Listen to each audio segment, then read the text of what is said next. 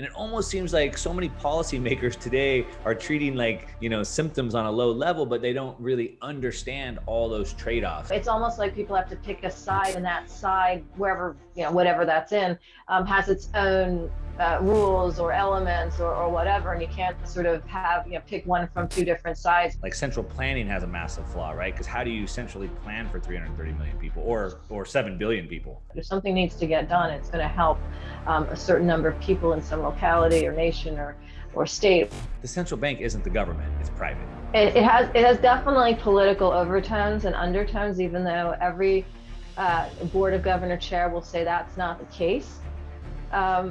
But that's how they get appointed. So it's kind of like, really? The governments, the kingdoms have always relied on the rich people for money when they needed it, right? So we can kind of see that all throughout history. Banks created their own notes at the time. And so when there was runs on Wall Street and panics on Wall Street throughout sort of the recessions and decades before that, they came to the Bank of England and said, hey, you need money. So let us create this central bank. We'll create a new money and you just declare it to be legal tender, and then we'll give you as much of it as you need for your, for your war and whatever you need. They're able to create currency as long as there's enough reserve, whether that was pegged to gold or now that it's not, just basically bank pledges to the Federal Reserve. So that's how it reserves some of that capital behind what it does. All right, everyone, welcome to another episode of the Market Disruptor Show. Today, I am joined by Nomi Prins. She is an ex-Wall Street executive. She's an investigative journalist, best-selling author of the books, All the President's Bankers and Collusion, How the Central Bankers Rigged the World. Now, if you watch this channel on a regular basis, you know that these are the subjects that I talk about. And of course, I always try to pull historical references in, and she does a way better job of that than I do. So I know you're going to love this interview. So let's just jump in. Nomi, welcome, and thank you so much for joining me today. Oh, thank you so much for having me on. I'm excited. Yeah. So like I kind of said there in the intro, I mean, I love to try to always pull those historical references in. So I know my audience loves that. And you've done a really good job in that in your books, I guess that investigative journalist part. But just before we dive into all the stuff that I have planned for us, maybe just give us a little background on how you were this kind of insider, on Wall Street, and then what you're doing today, trying to expose all that stuff. Yeah, so I mean, I started on Wall Street basically with a math degree out of undergraduate school, and I was like, how can I work in New York City? And I wound up getting a job as a program analyst at Chase Bank back before it was part of JP Morgan Chase, which it is now, which is the largest bank in the world, and has a lot of historical connotations to it to dig into with JP Morgan and so forth's legacy. But from there, I went to Lehman Brothers. I was always on the quant side, and then I moved to London for Bear Stearns, where I built my own research team to look at just international analytics, portfolio trends, investment and recommendations and systems and analytics for basically multinationals, corporations, and so forth globally. And then I came back to New York to work at Goldman Sachs, where I ran a couple of groups there. And it was around the time of the Enron scandals and WorldCom and all of that. And we were on the other side of that scandal. We were sort of, as at Goldman Sachs, we working with Enron, those sorts of companies on the sort of esoteric versions of convoluted options and so forth, which ultimately were very detrimental to the system itself, in the energy side and the telecom side and the banking side, obviously everything else. I left after that in the wake of 9/11, which was also a poignant moment for so many of us, to become a journalist. And at the time, there wasn't a lot of people talking. Hey, just a real quick interruption to let you know that this video is brought to you ad-free by BlockFi. Now, they're giving you the ability to hodl your Bitcoin and your crypto as it goes up in value, and at the same time, you can earn high-yielding interest on it. So you can basically hold it for all the upside potential, and then you can make cash flow off of it at the exact same time. Now, opening an account super fast, super simple, and they've offered to give me up to $250 for every sign-up, but I told them, you know what, let's give it back to you. So you can now go and you can get the $250 whenever you set up your account. And all you have to do is just check the link in the description for details, set up an account, super quick and easy, and earn up to $250, brought to you by BlockFi. So check them out. About what you mentioned, that the historical combination and elements relative to where banking was and what it had become, and also how it connected to the political hierarchy, how it connects to Washington, how it connects throughout the world, to also the big governments throughout the world, and what that means for just markets, the economy, real citizens, and so forth. And there just wasn't a lot of conversation about connect. And I still think there isn't. There's more now about connecting those things. And so I began to write on some of those scandals at the time when I left, and then sort of evolved into writing about the financial crisis in 2008, 2009. And then I dug deeper into the history behind that in all the president's bankers and through my work there. And then most recently in Collusion, which is a more globalized look, where before COVID, I traveled. I travel anyway a lot throughout. That's kind of the arc, is being on the ground, whether it was in banking or in journalism, to see kind of what's going on for real.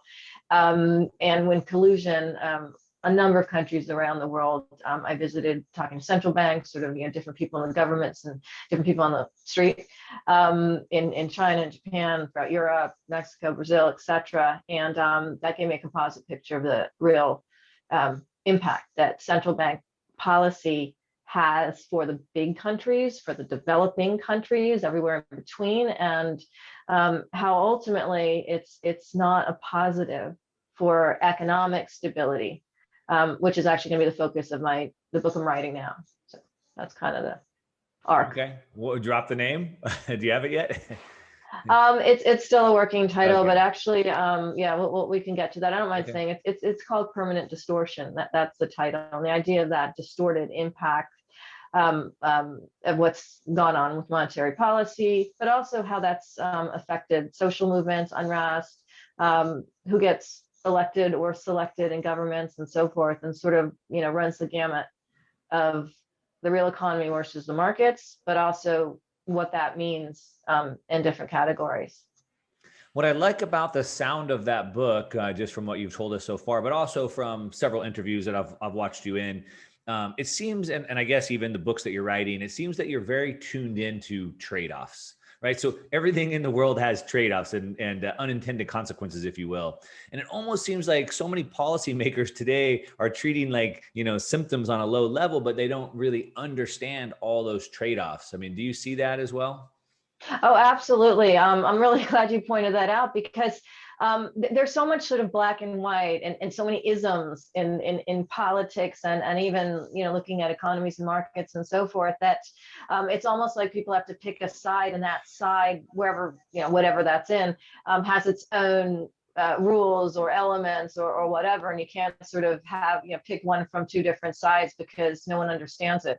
And so as a result, there's just a lot of gaps in the analysis of whether it is the economy, whether it's various policies, whether it's how people really are impacted, whether it's how the markets are moving on any particular moment or day or week or trend or whatever. And I think that from my perspective, my educational background and my family background, if you will, is in math and statistics, and so I like looking at data, and that informs me being able to also look at trade-offs. If this, then that. What if this? Will that happen? And so that's just how I approach anything. And it means that you can evolve your opinion because things change, or disruptors come into the market or into the economy or into politics or into social movements or whatever it is, and just be able to process that more flexibly, and just in terms of how one thinks or looks at the world, really. I love that. And man, we could really dig into that. I have so much to cover today. I don't want to, but the one thing that's important that I would throw out and see what you agree, but because there are trade-offs, those trade-offs are different to different people, right? So I have my risks and my rewards, and I have my desires. And so my doctor tells me, hey, just recently I had a little a little orthoscopic surgery on my hip. And he says, hey, you need to take it easy for this long. And I said, okay, what happens if I don't? Well, you could build up scar tissue. Okay, but I have to go to work. So what are my trade-offs? I need to go to work, but I could develop scar, and I have to weigh that for myself. But my trade-offs are different than maybe somebody else who doesn't need to go to work, and so obviously that's just my personal example, but on a global level, everybody has individual trade-offs. And so it seems like when you're trying to deal with trade-offs for 330 million people, it can be very difficult. Right. And so maybe that's one reason why if we take your whole kind of thesis and it's like central planning has a massive flaw, right? Because how do you centrally plan for 330 million people or 7 billion people? No, and that's where there isn't that black and white. So it is the ability to say, all right, well, this makes sense in this scenario, or this looks like, you know, one of the reasons why something is happening. But on the other hand, you can create plans, or whether they are market strategies, whether they're the risk, reward, and investment, whether they are the cost of investing versus you know, the debt that might incur in terms of building infrastructure. I mean, whatever the task at hand is that has some, you know, from my perspective and sort of where I'm writing about, it has some sort of you know, capital or money element to it. Yep. Is just not black and white. I mean, I just go back to that. You know, there are you know, in infrastructure investment, for example, we can go off on this for a long time, and I won't, but just as a concept, if something needs to get done, it's going to help a certain number of people in some locality or nation or state or whatever it is, but the money isn't there. There's different ways to fund it, and there's pros and cons of how you fund it, and maybe each of those things together gets it done. It could be private equity, it could be, you know, federal investment, it could be a combination, it could be infrastructure bonds, it could be individuals getting involved. I mean, it could be lots of different things in terms of how money goes into something, a project, a market, whatever, and the return to the local economy, to the world that comes out of that at some period of time later. Okay. So let's start at the beginning, and then let's work our way forward. So for everybody listening, I'm gonna ask Nomi some questions that I think a lot of you guys probably ask me a lot and make statements on my channel. And we'll talk about kind of the origins of the central banks. We'll kind of fast forward to kind of this collusion that you talked about. Talk about some maybe current situation that we have, and then maybe try to forecast a little bit of a end game if we can. So for everybody listening, just pay attention for all that. So let's start at the beginning. Now, you have done extensive research, probably more than anybody that I can think of. I know you've gone into other books to do your research as well, but a lot of that really started. There was a pivotal point, right, when the central bank was created in the United States. And we know the central bank was created in Europe first, in England and whatnot, but and it really kind of happened around Jekyll Island. Now, one thing that I hear all the time is that the central bank isn't the government, it's private. And some people say, well, no, it's not private, it's the government. Take us back to that creation, how that happened, and then maybe you could try to answer that question for us.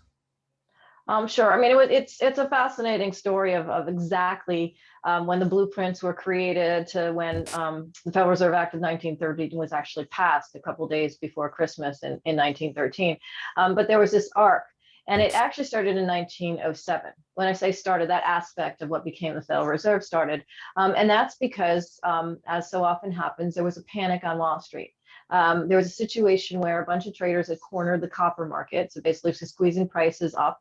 And other traders were saying, hey, you're squeezing them up, we're going to, like, you know, knock them down, as we know from different examples happening today. Yeah. But that happened then, and it had the result of like creating some lack of confidences in some key bank heads and runs on their banks. And the person who was tasked with trying to figure all this out, because he had more money invested in New York and in sort of the Wall Street community than anybody else, was JP Morgan. And so at the time Teddy Roosevelt was president, JP Morgan's like, look, all these banks are, you know, potentially going to eventually hurt sort of my bank or my friends' banks. And so something needs to be done. So he has this communique with Theodore Roosevelt's Treasury Secretary, and long story short, he gets $25 million as sort of the first bailout of Wall Street, and he gets to do whatever he wants with it. So what he does is not help the banks that are falling apart. He helps his friends that aren't falling apart to make sure they can all be fortified. So he basically allocates the bailout money. But in the process of having that, you know, connection with Washington, and prior to which he actually helped bail out the Treasury Department. So, I mean, they had a little bit of a history there. He and other bankers were like, look, we need something stronger than the Treasury Department, actually, to bail us out if there's a situation and if there's an emergency and, you know, liquidity, money is like, you know, contracting and it could be a really, you know, big mess. And so as a result, and this gets into Jekyll Island and where sort of the blueprints were fashioned, there was a multi-year kind of analysis where a senator named Nelson Aldrich, who was the head of the Senate Finance Committee, or the equivalent at the time, kind of spearheaded this movement. His son happened to run a bank in New York. Ultimately, his son became the head of Chase. So, I mean, there's a lot of family kind of connections going on here in the background. But he and a couple of bankers, not JP Morgan, went to Jekyll Island. JP Morgan was their host. Not there, he was their host absently, and actually went to Jekyll Island and looked at the books from those years, which were actually, there's a little preservation area and historian back there that I got to talk to. And it turns out that everyone who did come, the 6 men that ultimately came, including Nelson Aldrich and some bankers, to Jekyll Island during the Thanksgiving period in 1910, were guests of JP Morgan. You couldn't just like show up at the island. It was not connected by road at the time. You had to go by boat. You had to, like, you know, be announced in advance. There was a whole like sort of thing around it like that. Yeah. And so they all come, they decide we're going to have this central bank, and we're going to basically be able to backstop. They didn't use the word probably at the time. It's my word now. It's futuristic, but you know, banks, if they have a problem. And how we sell this to the American public is we say, look, if there is some kind of a central bank, a bank that can centralize the availability of money when there's an emergency, when it's needed beyond Wall Street, well, then it can go to the Midwest, it can go to the coast. It can basically, that money can funnel its way out through the country. And as a result, senators and reps from the different states could kind of get on board with supporting the idea of the Federal Reserve. They didn't support it the first time around. It took another president, took Woodrow Wilson, and he basically got it passed under that premise. So the premise was the Federal Reserve would help the rest of the country. And there's 12 reserve banks around the country, and they all have different powers in the reserve system. And it's not a part of the government. It is independent, and therefore it can decide and, you know, where money needs to go, when it needs to go there, and help things along from the outside. The reality is it was constructed by collaboration of Wall Street and some senior politicians in Washington, and currently today, and then in the act that was passed in 1913, the chair of the Fed and the board of governors of the Fed, the sort of board, if you will, is selected by the president and approved by Congress. And so really, there's a very strong connection to the government, even though technically it's an independent entity. So you could be right either way. So technically it is a private entity, but really, because the appointees are put there by the government, the president and the Congress, then it is part of the government. It has definitely political overtones and undertones, even though every board of governor chair will say that's not the case. But that's how they get appointed. So it's kind of like, really? And also it's private, so they get to basically also say, hell, we do what's right for this situation. So they actually, the Fed has kind of the best of both those worlds in terms of how it was created, which is why ultimately, because it was created at the behest of Wall Street, it is there to really help the financial system, which tends to mean the largest banks running that system or operating in that system.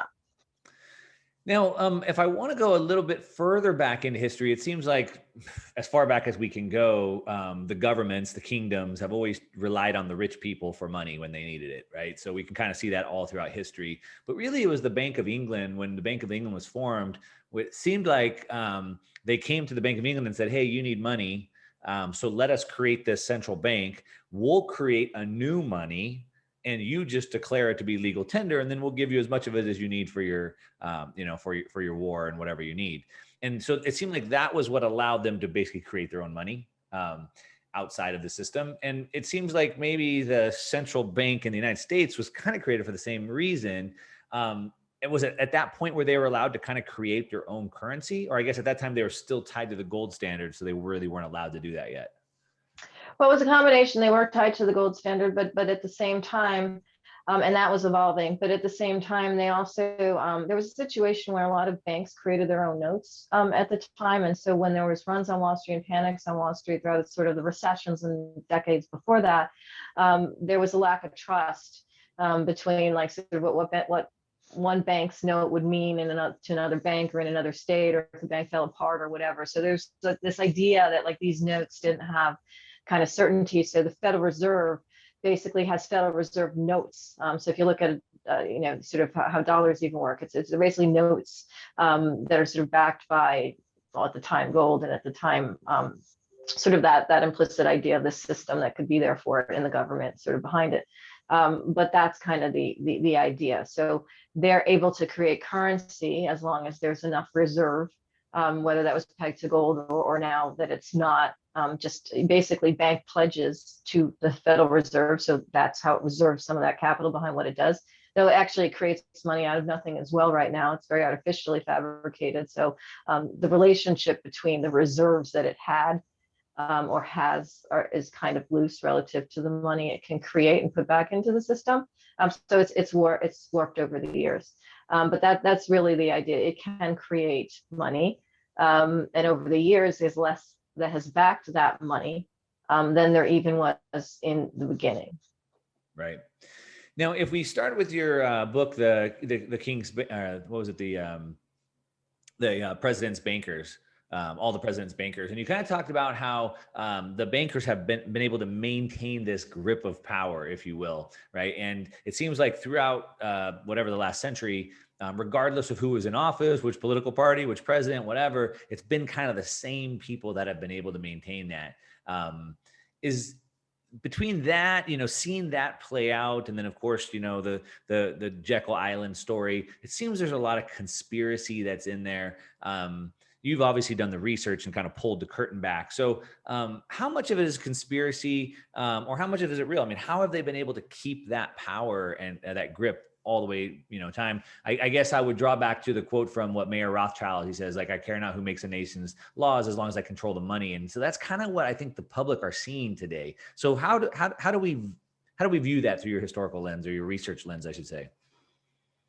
Yeah, I mean, it's a good question, because it's not really a conspiracy. It's just something that people don't spend time unraveling, or that it's just difficult to sort of dig into. Because, for example, the whole Jekyll Island meet, there's a lot of documentation for that, and there's also stories that have evolved around that. When I looked into the history of it, I actually took firsthand accounts from a fellow named Frank Vandersliff, who was actually one of the senior members of what became now Citigroup, National City Bank at the time, and he was a reporter. He was actually a very good writer. So some of the sort of the dark train kind of stories and stuff actually might have been embellished, but did happen, right? And so a lot of the collaboration of he who was a man of banking, and Nelson Aldrich, who was a man of Washington, that was sort of one element. But if you go up the level, J.P. Morgan, Teddy Roosevelt, that's the element of a president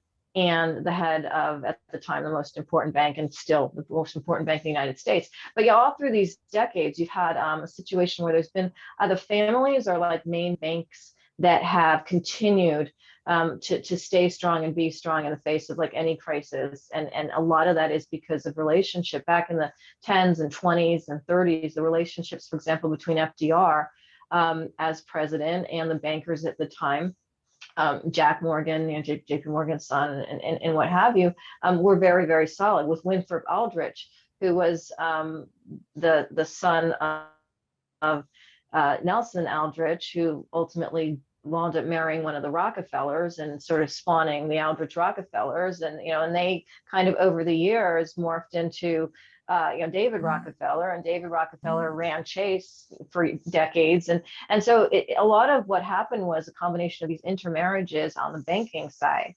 And then with respect to the presidency, all of those connections, presidents actually openly wanted and still want advice from Wall Street. So FDR, who basically ran on a sort of, an element of post 1929 crash, middle of the Great Depression. Everybody, hated bankers at the time, and the bankers were looking in terms of how to reform themselves in the eyes of the public, so they could kind of get their money back into their hands. Was openly working with some Wall Street leaders, including the leader of Goldman Sachs at the time, to be his advisor. And so from the 20s and 30s on, there's always been some advisor or multiple advisors from the banking community that were appointed by presidents, in addition to whatever conversations they might have had sort of, off the cuff.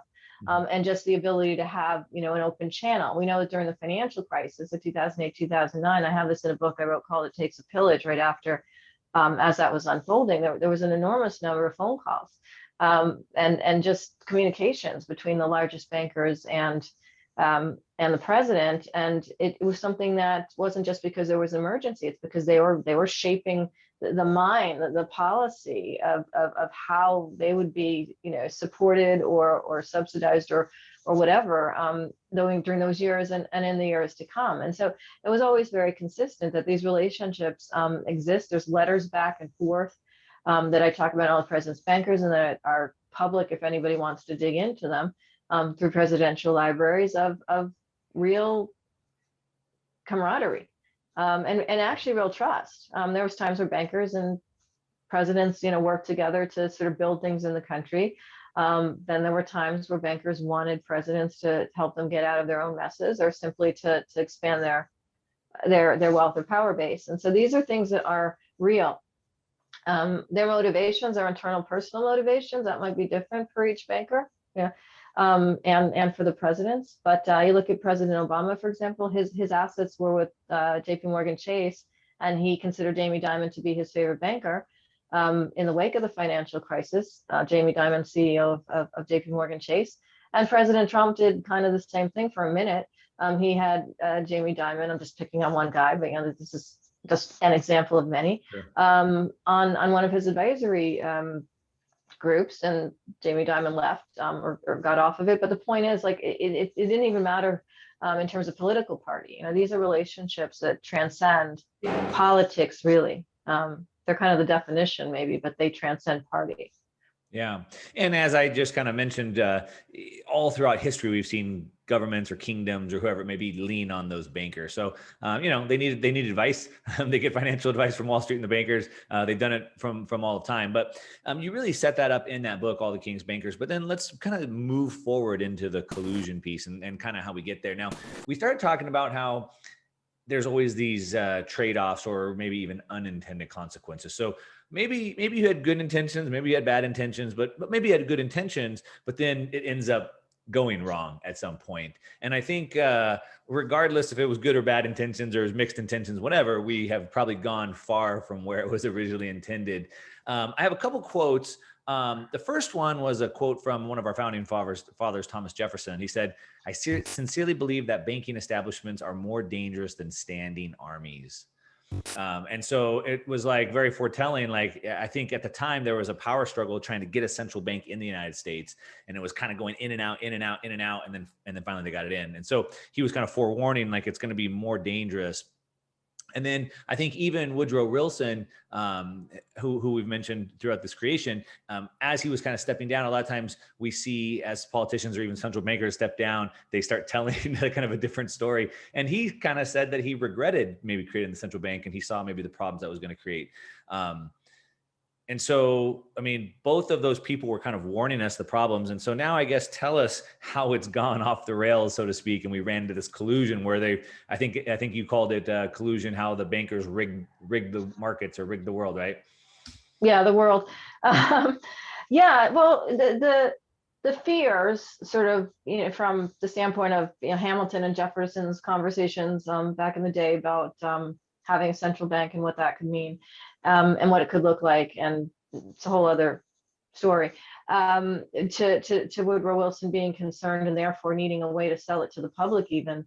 Hey, just another quick interruption to let you know that this video is brought to you ad-free by BlockFi. Now, they allow you to hodl onto your Bitcoin and your other cryptos for all the potential upside, and at the same time, you can earn high-yielding interest on it. So it basically cash flows. Now, with BlockFi, you can earn up to 8.6% interest. You can also borrow against your crypto as well. It's super fast. It's super easy to set up an account, and right now, you can get up to $250 when you set up your account. Check the link in the description that I have for details in order to claim that $250, because BlockFi is the future of finance. Just check the link in the description for all the details of how to claim your $250 today.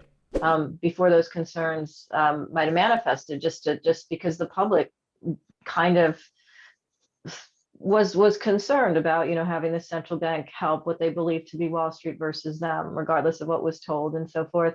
And now we have a situation where in the 70s, there was a dual mandate that was sort of reconfirmed, where the Fed's job is to make sure balance or somehow put money into the system and take money out to the extent to which they could balance having full employment and low inflation, which currently means on average under 2% or not too much higher than 2% in the way that they measure inflation. And so that was a way they could basically sort of put money in, take money out, raise rates, lower rates, and so forth. And where it really came off the rails is in the financial crisis of 2008, because they weren't just simply doing that.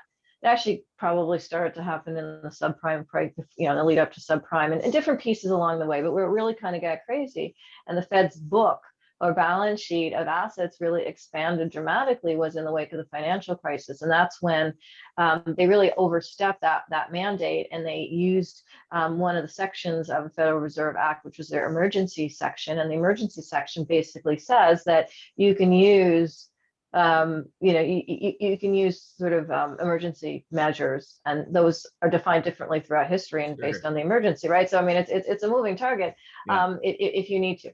But emergency is a key word there, because the idea was that when the Fed opened its balance sheet and went from $800 billion to $4.5 trillion in a few years in terms of buying assets through something called QE, they give money to the banks give them the treasury bonds that the treasury issued, or mortgage bonds that they don't want or whatever, in return for cash that they have no strings attached to and kind of can use whatever. The idea is that, or the narrative that remains today, and why it's so dangerous, is that somehow this mechanism of the Fed creating money, buying bonds, reducing rates is going to inject cash or capital or whatever into the real economy, and therefore Main Street's going to benefit. And so they've always, since the financial crisis, relied very heavily on that narrative. Like the Fed and other major central banks are necessary in order to put money into the system that otherwise doesn't exist. They're doing it for our good, right? That's what they say. They're doing it for our good, and this emergency measure that was kind of enacted back in 2008, 2009 has, before even this pandemic period, had lasted for 12 years. So there's two things, and I say this in a lot of my writing in my books. It's so either you have a permanent emergency, or you're messing up somewhere, or you're lying, right? I mean, there's or some combination, but the idea is that they kept their policy more or less the same. They did reduce the size of their book a little bit in the middle of 2019, or towards that middle, from $4.5 trillion to $3.7 trillion, which is still like big. And other central banks didn't even reduce their book by as much, that were involved in quantitative easing since the financial crisis anyway. So globally, it was still a lot of subsidy coming from central banks that was beyond being like accountable to employment or what inflation's doing, or whether that money's going into the real economy or not, or whether it's really just going into the stock market, which is what we've seen in this sort of second phase of central bank collusion, or them sort of doing the same thing at the sort of roundup of the Fed, which is that the book is now at 7.6 trillion from 3.7 trillion in the summer of 2019. So it's had significant, it's basically doubled. And yes, part of that was under the idea that it would help some of the relief packages, stimulus packages, government support as well. But in reality, there's no real analysis as to whether that money is actually helping the real economy. And if it is, let's say it is, let's say the real economy, which is still obviously struggling, whereas the markets have basically gone on to meet record highs within a year period, let's say it is being helped. Well, the Fed doesn't have to show the proof of that. And it doesn't have to be specific. And so it's this collusion, this idea of Federal Reserve and other central banks providing money to do one thing, but having it do another, and not being accountable to that, is really the major danger that perhaps Jefferson thought of in a different way, Wilson, different people throughout the years, but is where we're at now in a much bigger way. Yeah. Yeah, the accountability piece, like you talk about, and without having to be accountable, of course, then that leads to, what are they, moral hazard, I guess, right? They have unlimited money and no one's held accountable for anything they do. I know, we had Ron Paul for a long time. We don't really have anybody picking up his charge, but of course he was always pushing to audit the Fed, audit the Fed, audit the Fed. Of course, they've never wanted to do that. Some people even come out and said that it should never be done, right? And there's maybe reasons why.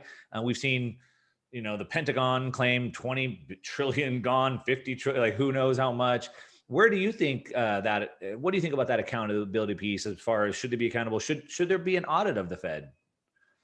Yeah, and I think there should be an audit of the trail of when this money was created and where it went. Because I mean, even if you're running a business, you're running a household, you're running your wallet, right? Whatever level, the best way to sort of manage that is to get an idea of what's coming in and what's going out, where it's going.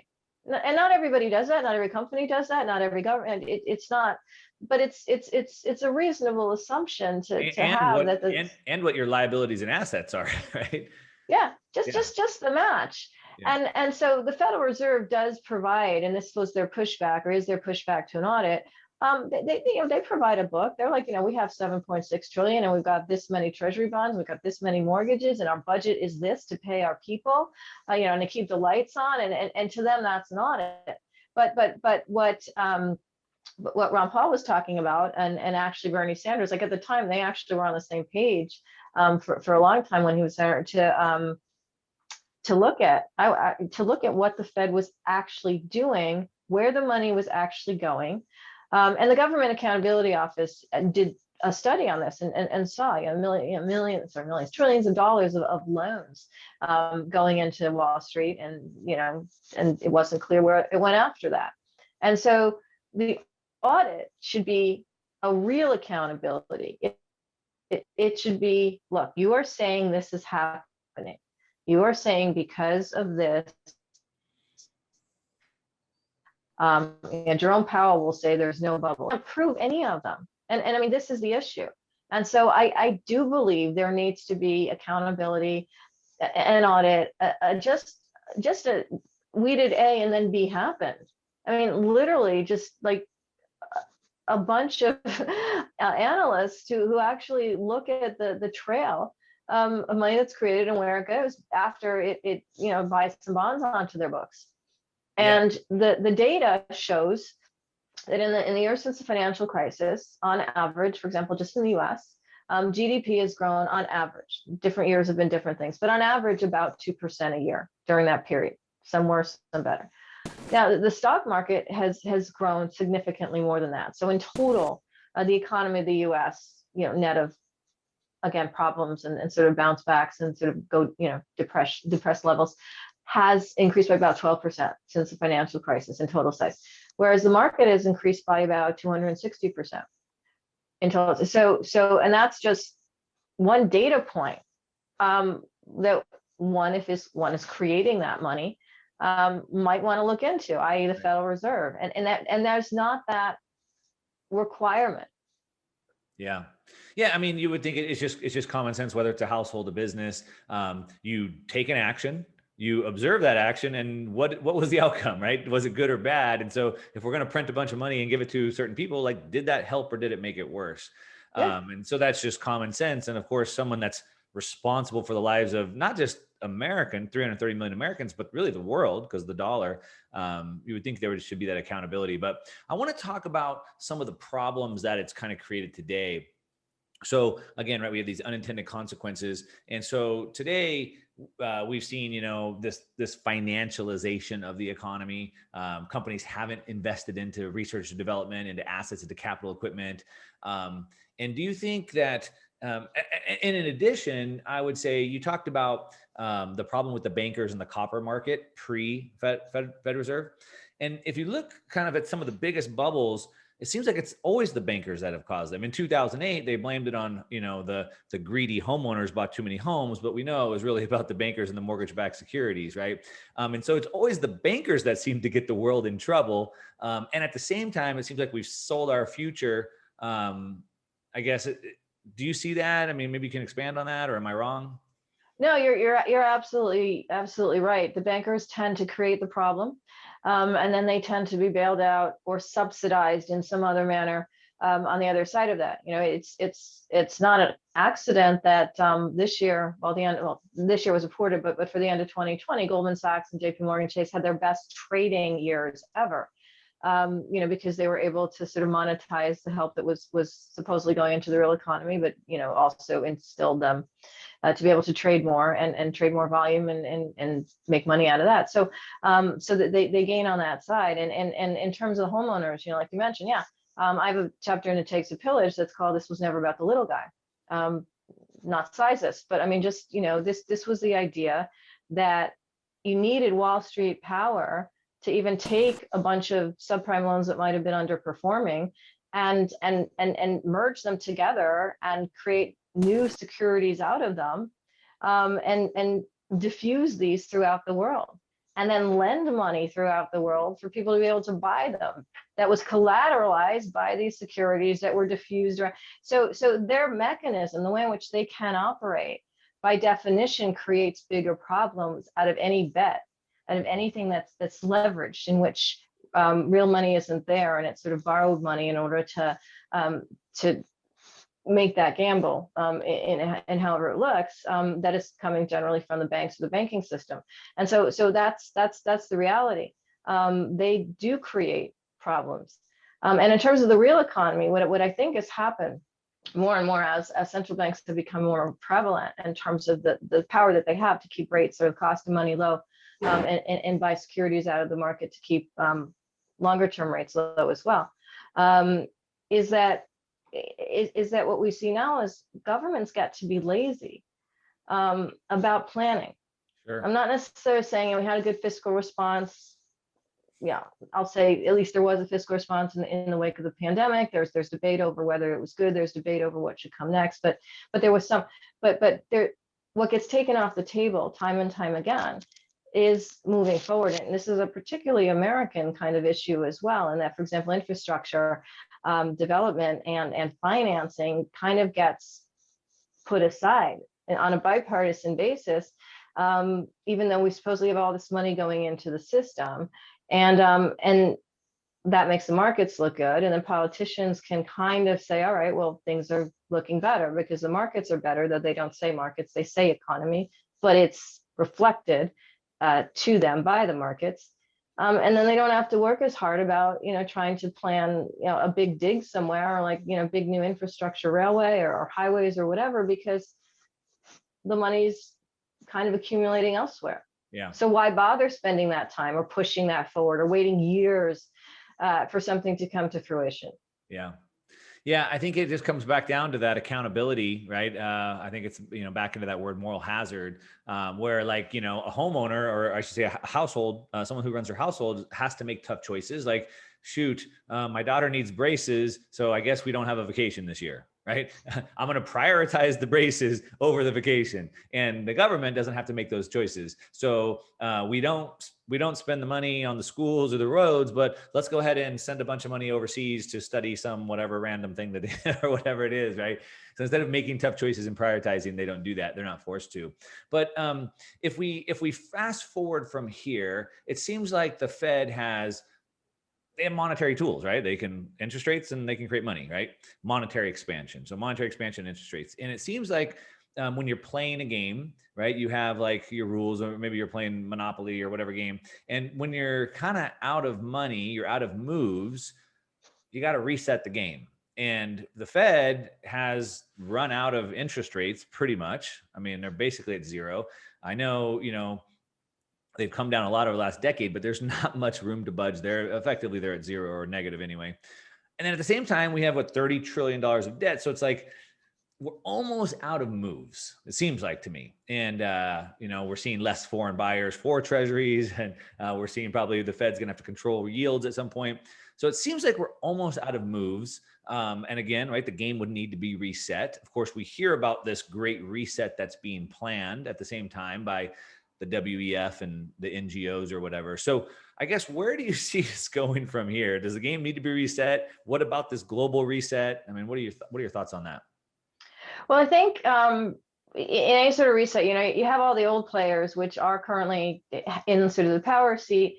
And I think the Fed's going to continue to buy bonds for the foreseeable future in a sort of middle or longer end of the curve to combat the fact that there is this lack of confidence creeping in, and there's sell-offs happening in those part of the curves that had been pretty flat in the wake of the initial bout of buying.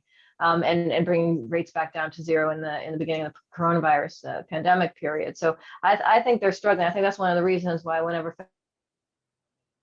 Federal Reserve Chairman Jerome Powell speaks, he's always kind of downplaying inflation. And there isn't inflation in a lot of real parts of the economy. We're not seeing inflation in building things, in infrastructure, in a lot of people's jobs coming back, in a lot of things that were taken offline in the economy coming back online. So it really depends on how you measure it. But at the same time, he is concerned about downplaying it because of potentially being out of tools. He and other central bank heads have continually talked, especially since the financial crisis, about using whatever tools we have, every tool in our toolkit. I mean, they make it sound like, running a monetary system or being involved in a monetary system is just about, coming in with your bag of tools and like tinkering some stuff here and there, and everybody's good and it's all fine. Just by the wording of it. And I think in terms of a reset, the issue is that the dollar, even with all of this movement, even with the Fed sort of encouraging other central banks to do what it does, and other central banks jumping on board and saying, hey, we can reduce rates and like buy bonds and create money, like why not? It helps our markets. And it looks kind of stabilizing until it doesn't. So, okay. And having a replacement to that, and a replacement to the dollar sort of head of that, is a really difficult thing for those central banks to relinquish, and also for all the companies that transact in dollars mostly throughout the world to just stop. So when people talk about it, I see it as a much longer process than I think other people might see it. Yeah, at some point the dollar might be replaced, or at least diffused. It'll start to be diffused before it's replaced. Over the course of history, it's taken sometimes decades, if not centuries for the major currency of the world to change. The Dutch guilder in the 1800s replaced like a while after that by the pound. The pound, replaced by the dollar. I mean, all these are things that all evolved over, a century more. So we could see diffusion. The Chinese, for example, introduced their currency. The Chinese ran into the IMF's security bucket or basket, which used to be just for securities and now includes China's security, as a way of diffusing that sort of power of the dollar on an international basis. I think that's going to continue, and that's going to chip away at what we know to be a dollar supreme system. But I just think it's going to take decades, if not more, for us to see a non-dollar system. Yeah. Okay. So we have about 10 minutes left. So we got a lot of questions to get through. So let's see what we can do here. So now that we've set that up, I guess I would ask you, so it seems like if we go back all through history, we see the same thing repeating over and over and over. Governments are kings, get too ambitious. They have to go rely on the rich people. They have to get bailed out. The Roman Empire clips their coins, debases their currency, and it just happens over and over and over and over again, all through history. Same thing that we're seeing exactly today. And I think the same common element always is human nature, right? And so when you give someone the ability, as we talked about, with no accountability, they're going to just run away with it. So when we had the gold standard, at least there was some standard, there was something to hold people back, right? So what do you think about sound money, I guess? Are you a gold bug? Were you a gold bug? Do you think sound money is a good option? I agree that having the gold standard or having gold come back as even a portion of reserves, whether domestically and or globally, is important.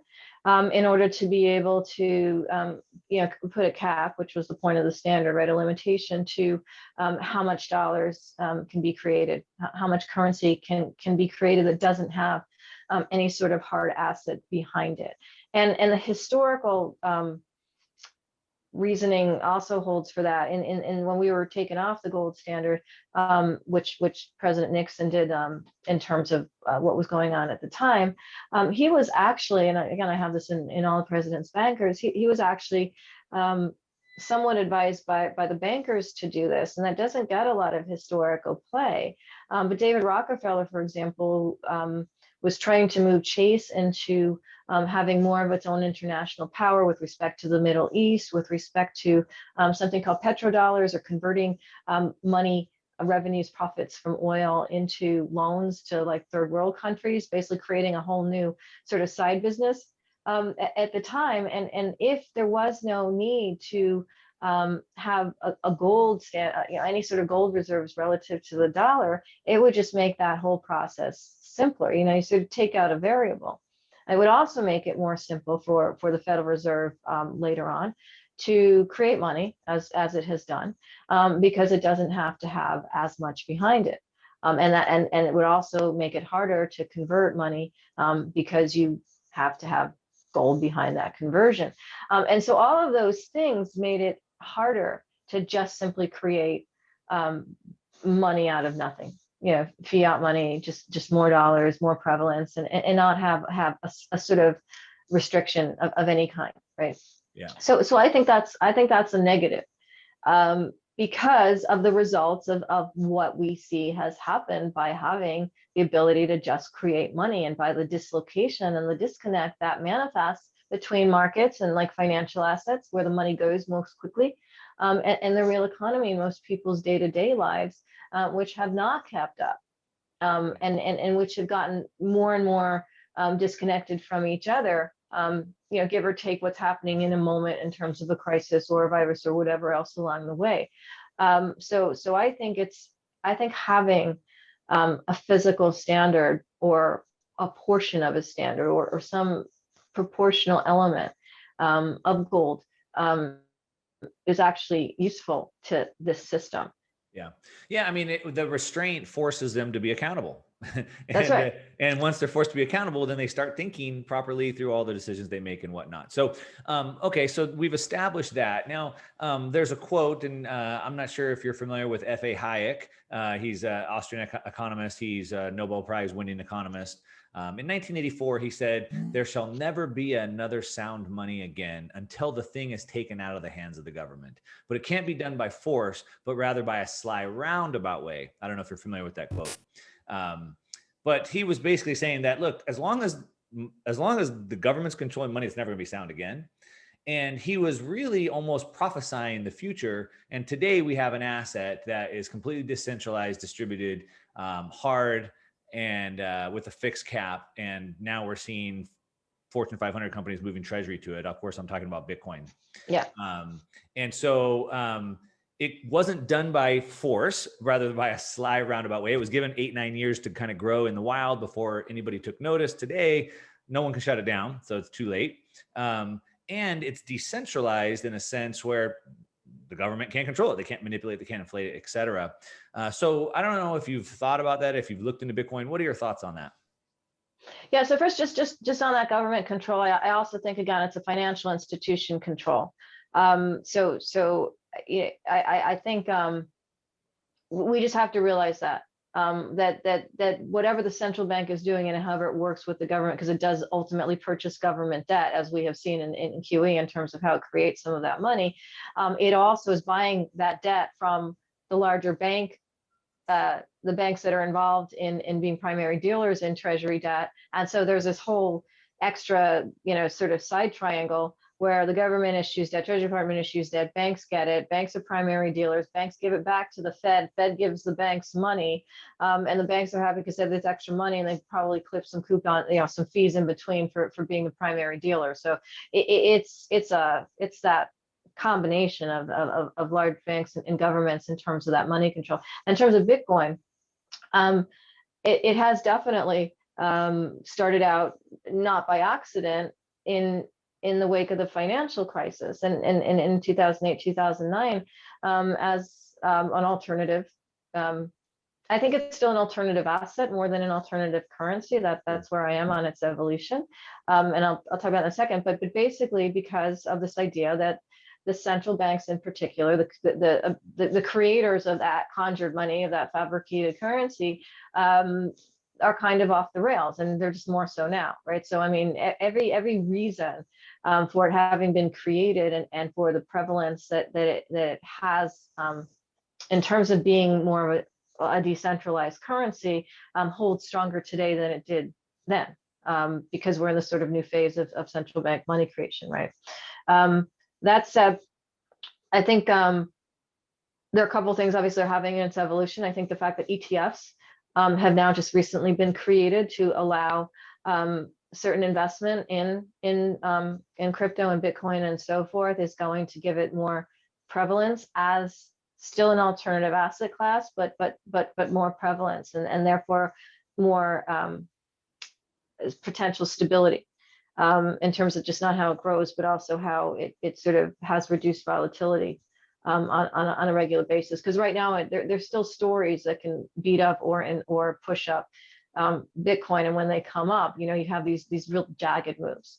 And from the standpoint of, say, going to the commerce element, it being used as a currency, that's hard for merchants, local grocery store owners, whatever, if they're not that economically savvy or financially savvy, or they're just busy doing their job and like making a living of having someone paying Bitcoin on like a Friday and noticing on their books on Monday that it's depreciated by 20%. That's when they go to convert it to money they need to go and buy their next set of goods, right? So there's still an implicit volatility in Bitcoin that is keeping it from, at the moment, from being used widely in commerce. That said, there's CEOs, as you mentioned, from SP 500 companies, notably Elon Musk and Tesla, who are saying, well, yeah, but it is, I'm putting words into his mouth. It's liquid in that if you have the right setup in terms of how you buy and sell Bitcoin as an individual or as a company,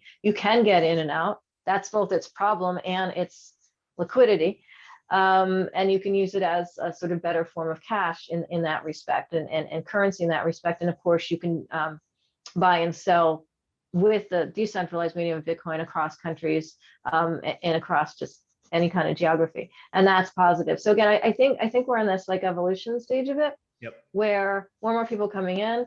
It's still an alternative investment. It's an alternative investment that I don't think you can ignore. And it's also one that if you're actually going to transact in it, still has a lot of volatility for the sort of smaller, mid-sized business person. Yeah, I think you said that perfectly. And I guess you're kind of a little bit of a Bitcoiner because you seem to actually get it better than a lot of people, right? I mean, it's an evolution. So just because it's not a perfect medium of exchange because of volatility today, doesn't mean it won't ever get there. But I would agree. I would agree with you. It's not there today. I think it's a great store of value, but spend fiat, right? Like fiat's really good to spend, store your value somewhere else. And so, we'll see if it evolves to that point. I think it will. As it gets bigger, that volatility goes down. But I was just curious, as we were setting up this central bankers, they're always going to try to manipulate, and it's getting away from them. And then bringing it back to that quote about maybe having this alternative store of value that they can't control. And so, yeah, it'll be interesting to see how those two duke it out. Anyway, go ahead. Did you have something? No, absolutely. And I think, like you said, as interest in Bitcoin gets broader, the volatility could be more reduced. And I also think that means central banks or Treasury departments. Janet Yellen just kind of talked about how it's not useful or it's not as efficient in commerce, and that's not wrong because of where it is in terms of commerce. But again, the more people, if that happens, that get involved, then that could change. And it is a really interesting space to see what happens with that. Yeah. Well, I'd love to talk more about that, but I know you have to go. We have a hard stop on the time. So we'll end it there. Okay. I appreciate you taking the time to talk to us today. It was an amazing conversation. I'm going to go ahead and link to the books that you have. Anywhere else that people should follow you that you want to shout out here right now? I guess just my website. It's just a centralized piece of my work. So www.nomiprins.com, and that'll also kind of have my Twitter feeds and every sort of social media stuff as well, kind of filtered through, or you can go straight to those feeds. Perfect. Okay, so we'll make sure to link to that, and then read the books if you want to know more about this, and then look out for Nomi's new book coming out. So with that, we'll go ahead and sign it off. Thanks so much for joining us today. Thank you so much. Great conversation. Okay, thanks.